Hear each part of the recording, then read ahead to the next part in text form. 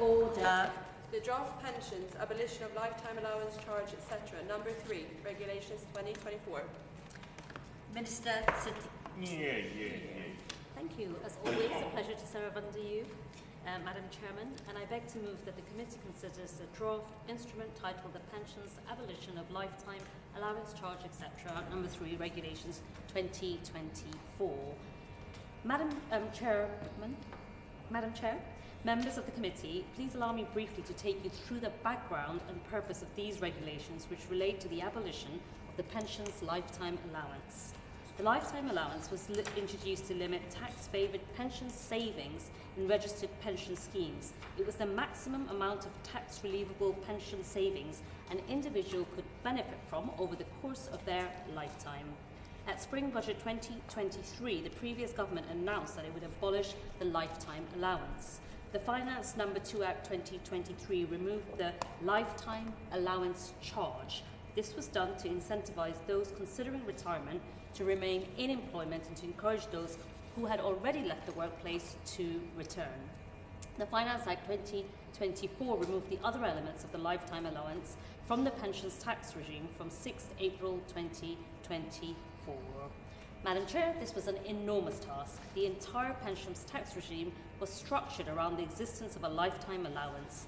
Many other aspects of the regime, such as allowable pension and lump sum benefits, were calculated by reference to the lifetime allowance. It took over 100 pages of primary legislation to remove the lifetime allowance and replace it with other rules to make the pensions tax regime operate correctly in its absence, including the introduction of new allowances. Additional secondary legislation was then needed to provide further administrative and technical detail. Since Finance Act 2024 and the regulations that followed, HMRC has continued to work with industry representations to ensure that the legislation operates correctly. In doing so, HMRC has identified some errors that need to be corrected. And this instrument today amends Schedule 29 of the Finance Act 2004 to facilitate the correct calculation of crystallised pension rights for the purposes of the trivial commutation lump sum. It amends Schedule 36 to the Finance Act 2004 so that the calculation of the pension credit factor is dependent on the standard lifetime allowance at the time the rights were acquired.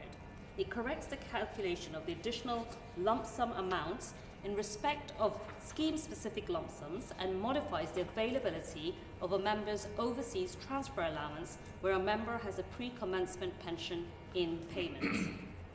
Madam Chair, this instrument also amends subordinate legislation to ensure that a lump sum paid on reliance of an NRS transitional tax-free amount certificate remains an authorised payment with any subject to marginal rate taxation. These regulations are necessary to ensure pension tax legislation can operate as intended. Without this, pension scheme administrators face uncertainty, and some taxpayers could receive an unintentionally more advantageous outcome than they would have done had the lifetime allowance remained in place. I hope you're with me, Madam Chairman. These changes will put certain members in a less advantageous position. To mitigate the impact, HMRC has engaged with the pensions industry to suggest that affected payments be delayed until these regulations are in place, and that most pension providers have followed that advice. Madam Chair, the majority of pension scheme members have been able to access the correct benefits since the lifetime allowance abolition legislation was completed earlier this year. A very small number of individuals, however, mainly those with large pension pots, have been inconvenienced and in some cases have been unable to access their benefits due to some technical flaws in that legislation. This instrument that we're debating today corrects the tax position for those individuals and allows the pension tax regime to operate as intended. I therefore recommend the instrument to the committee. The question is that the committee has considered the draft pensions abolition of lifetime allowance charge number 3 regulations 2024. Opposition spokesperson Joy Morrissey. Thank you, and it is a pleasure to serve under your chairmanship, and we will be supporting these regulations today, and I'm happy that they address the technical changes needed to complete the work to abolish the lifetime allowance. And during the pandemic, we saw significant numbers of workers aged 50 or over leaving the labor force. In response, the previous government introduced the ambitious Back to Work plan, supported by $2.5 billion in funding, alongside initiatives like the Midlife MOT and returnships. It also abolished the lifetime allowance from April 2024 in its response to this challenge. This reform is essential in assuring that the highly skilled professionals, such as NHS clinicians, are not disincentivized from remaining in the workforce. No one should be punished or pushed out of work for tax reasons.